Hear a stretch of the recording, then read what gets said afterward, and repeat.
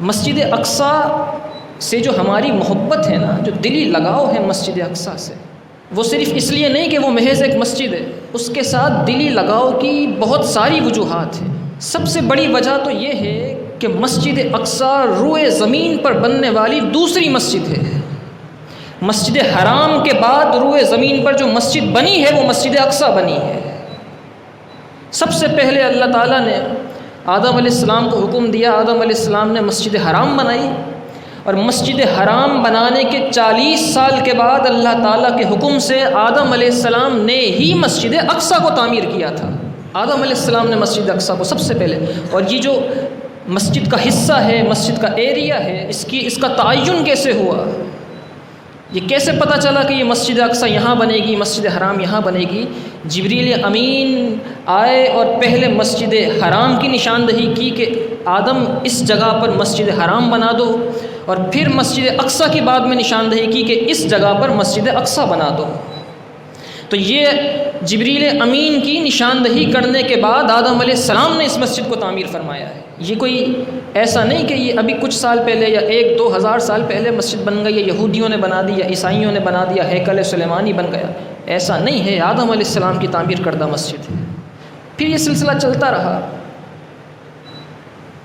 طوفان نوح آیا، نوح علیہ السلام کا طوفان آیا اور پوری زیر زمین پر پانی آ گیا، سارے مکانات، ساری عمارات منہدم ہو گئیں، مسجد اقصیٰ بھی شہید ہو گئی۔ پھر اس کے بعد کنعان کے لوگوں نے دوبارہ اس مسجد کی تعمیر کی، اور انہوں نے ہی اس علاقے کا نام فلسطین رکھا۔ یہ کنعان کے لوگ وہی ہیں جہاں کہ حضرت یوسف علیہ السلام کے بھائی اور یوسف علیہ السلام خود تھے، اسی علاقے کے لوگوں نے، اور بڑی عالی شان تعمیر کی، اور اس پورے علاقے کا نام فلسطین ان لوگوں نے رکھا۔ یہ فلسطین نام آج کا اور کل کا نام نہیں ہے، یوسف علیہ السلام کے زمانے سے پہلے کا نام رکھا گیا ہے۔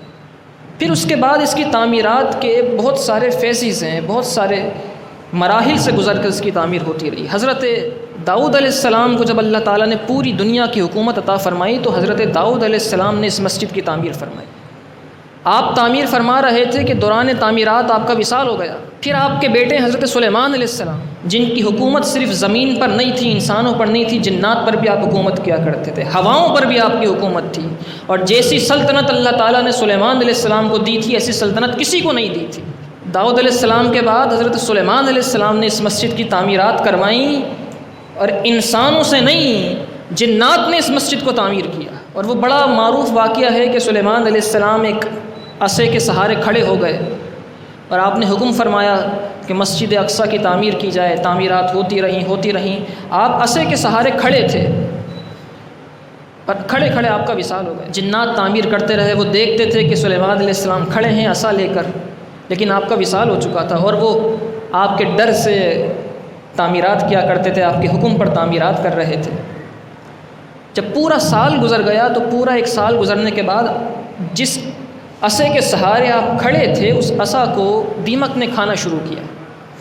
جب وہ عصا کچھ کم ہوا تو سلیمان علیہ السلام کا جسم مبارک زمین پر آ گیا۔ تب پتہ پڑا جنات کو کہ سلیمان علیہ السلام کا وصال ہو چکا ہے۔ پھر جنات کہنے لگے کہ کاش ہمیں پہلے ہی معلوم ہوتا تو ہم ان تعمیرات کو کب کا چھوڑ کے جا چکے ہوتے۔ اللہ تعالیٰ نے اس طریقے سے اس مسجد کی تعمیر مکمل فرمائی۔ پھر یہی وہ مسجد ہے جس میں حضرت زکریا علیہ السلام رہا کرتے تھے، یہی وہ مسجد ہے جس کے اندر حضرت مریم کی محراب تھی، جس کا ذکر اللہ تعالیٰ نے قرآن مجید فرقان حمید میں فرمایا ہے۔ یہی وہ مسجد ہے جس مسجد کے اندر حضرت عیسیٰ علیہ السلام کی ولادت ہوئی تھی۔ عیسیٰ علیہ السلام کی پیدائش اس مسجد کے اندر ہوئی۔ یہی وہ مسجد ہے جس کو قرآن نے فرمایا الذی بارکنا حولہ، یہ وہ مسجد ہے جس کے ارد گرد ہم نے برکتیں رکھی ہیں۔ بلکہ بعض مفسرین نے تو یہاں تک فرمایا کہ مسجد اقصیٰ کے صحن کے اندر 70 انبیاء کرام کے مزارات ہیں، اس قدر بابرکت مسجد ہے، اس قدر۔ اور پھر مسجد اقصیٰ وہ مسجد ہے جس نے نبی پاک صلی اللہ علیہ وسلم کے قدمین شریفین کو بوسہ بھی دیا ہے۔ مساجد ہیں، علاقے ہیں، جگہیں ہیں جہاں انبیاء کرام تشریف لے گئے، لیکن مسجد اقصیٰ وہ مسجد ہے جہاں پر کل انبیاء تشریف لا چکے ہیں۔ اور شب معراج کو نبی پاک صلی اللہ علیہ وسلم نے تمام انبیاء کرام کی امامت کی اور امامت مسجد اقصیٰ میں ہوئی، یعنی تمام انبیاء کرام کے قدمین کے اس مسجد میں بوسے لیے ہیں۔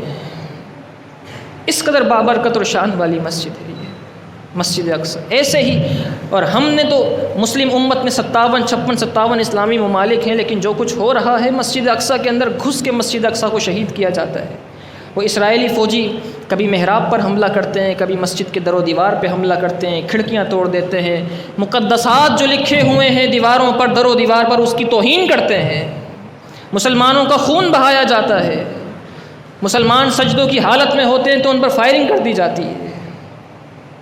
یہ معاملات ہیں۔